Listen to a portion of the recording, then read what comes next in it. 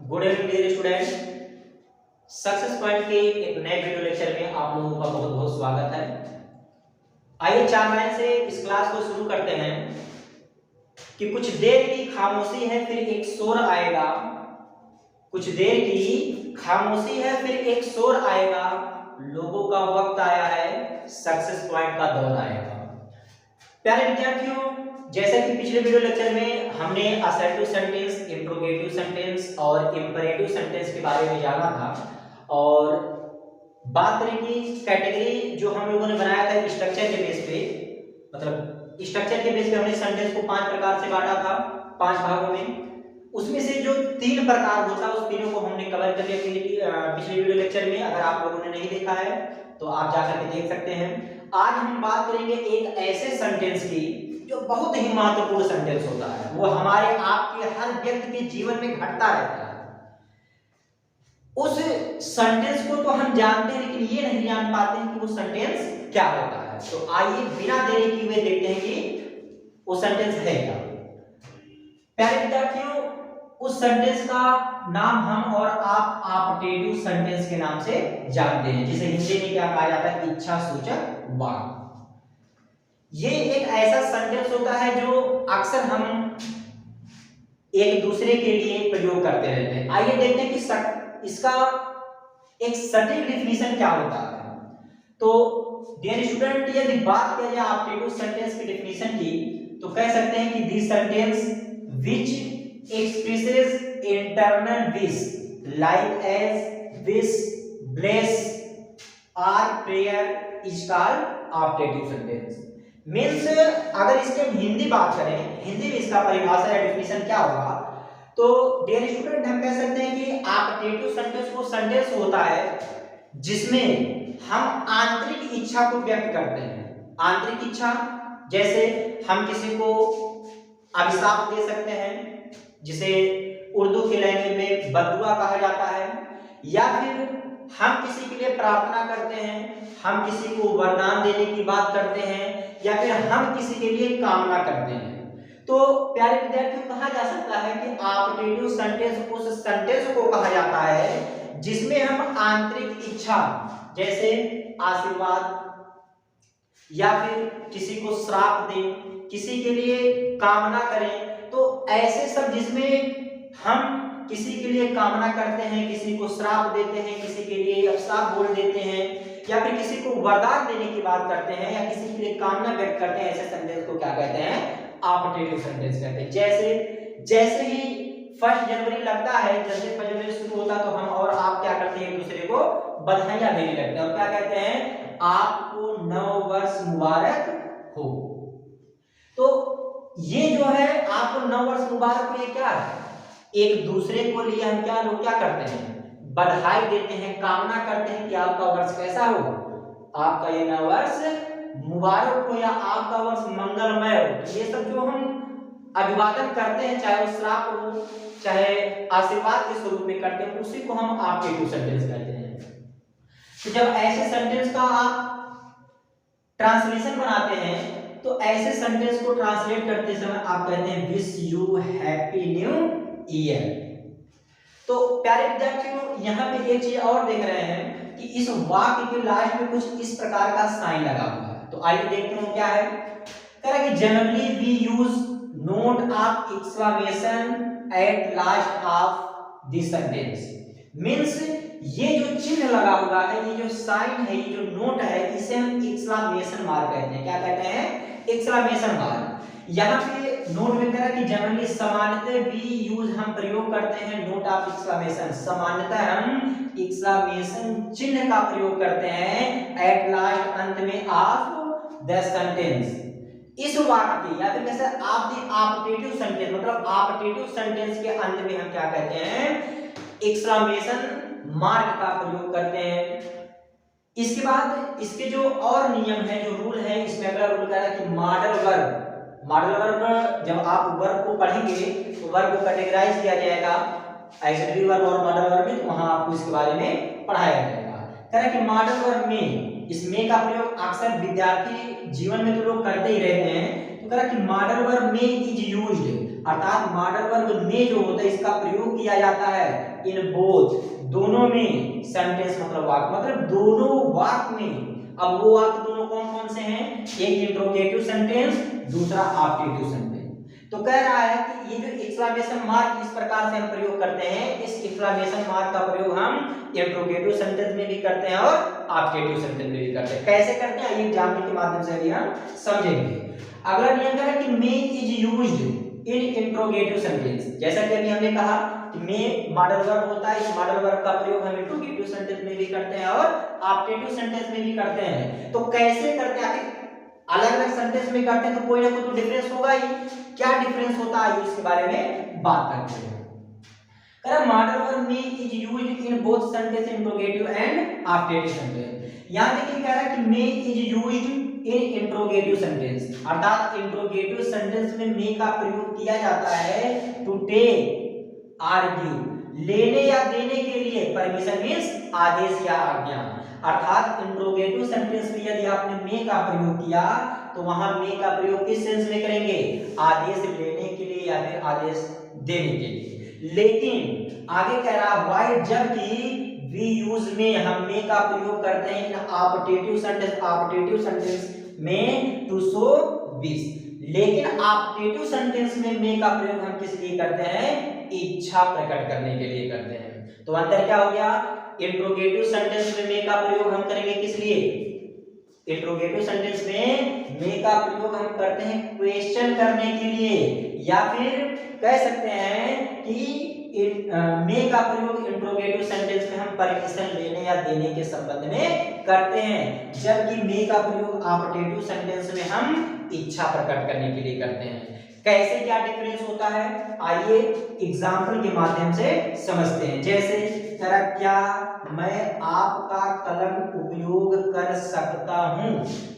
यहां ये क्या कर रहा है? आदेश ले रहा, आपकी परमिशन ले रहा है कि क्या मैं आपका कलम यूज कर सकता हूं। तो जब इस प्रकार का वाक्य रहेगा जिसमें आदेश लेने या देने की बात होगी तो ऐसे सेंटेंस को हम क्या करेंगे? इंट्रोगेटिव सेंटेंस का संज्ञा देंगे।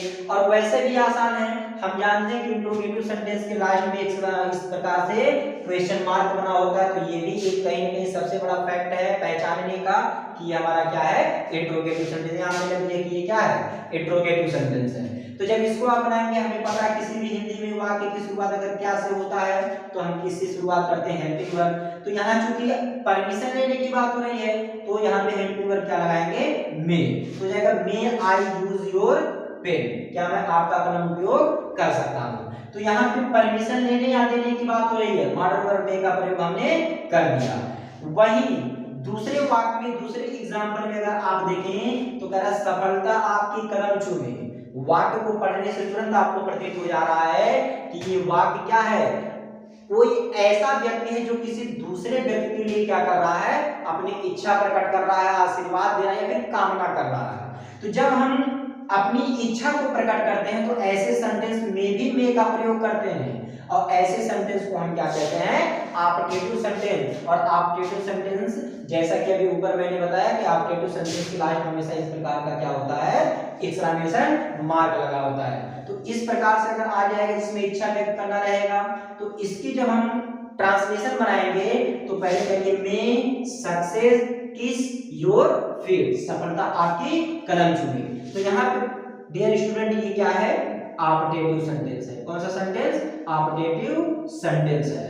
तो इस प्रकार डिफरेंस होता है। मे का प्रयोग हम ऑब्जेक्टिव सेंटेंस में भी करते हैं और इंपरेटिव ऑब्जेक्टिव सेंटेंस और इंट्रोगेटिव सेंटेंस दोनों में करते हैं। ये होता है इसका।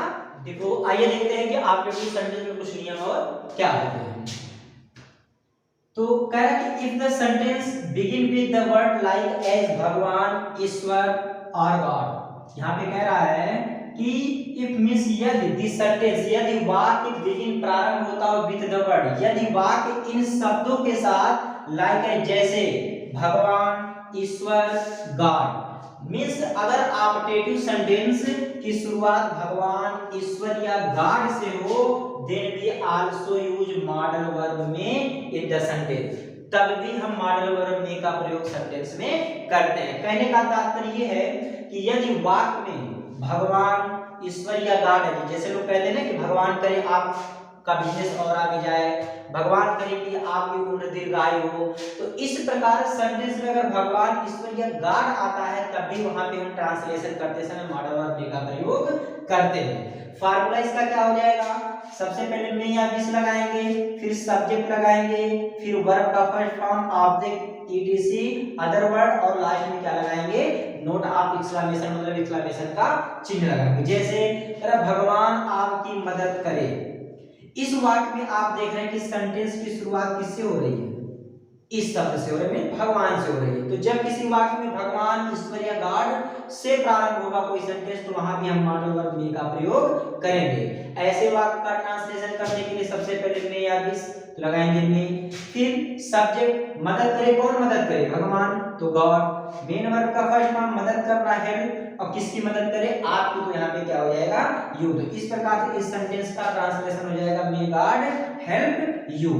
इसके बाद अगला नियम कह रहा है कि कभी कभी वाक्य में भगवान ईश्वर गॉड आता है, जैसे यहाँ पे भगवान आया तो हमने क्या किया, गॉड को सब्जेक्ट बनाया, लेकिन कह रहा है नियम कि कभी कभी वाक्य में भगवान ईश्वर गॉड ये शब्द आते हैं, लेकिन एक कंडीशन होता है, लेकिन वह वाक्य का सब्जेक्ट नहीं होता है। मींस वाक्य में भगवान ईश्वर या गॉड तो आएगा लेकिन वो उस वाक्य का सब्जेक्ट नहीं होगा।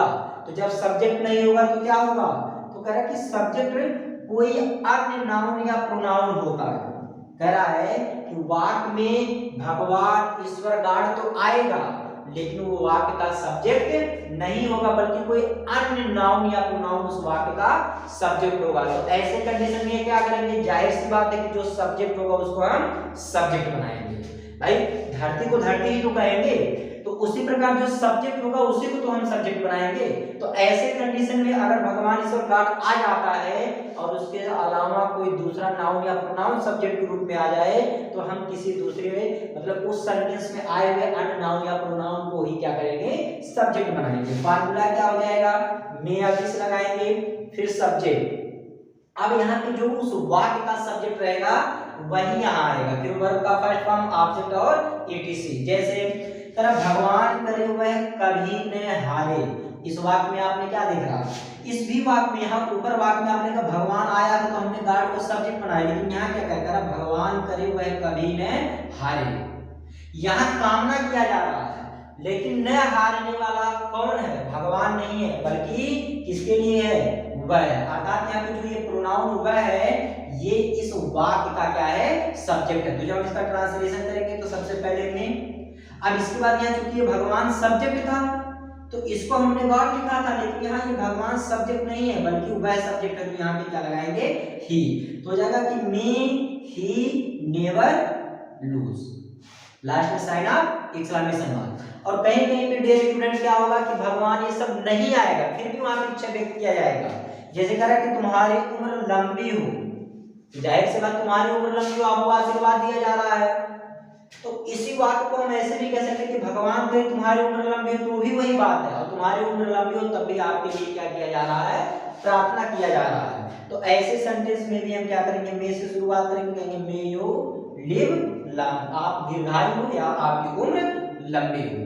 इसके अलावा प्यारे विद्यार्थी क्या होता है, कभी कभी हम कामना करते हैं किसी के लिए, कभी कभी हम किसी के लिए कामना करते हैं लेकिन वहां पे जो ये मॉडल वर्ब में है उसका प्रयोग नहीं करते हैं।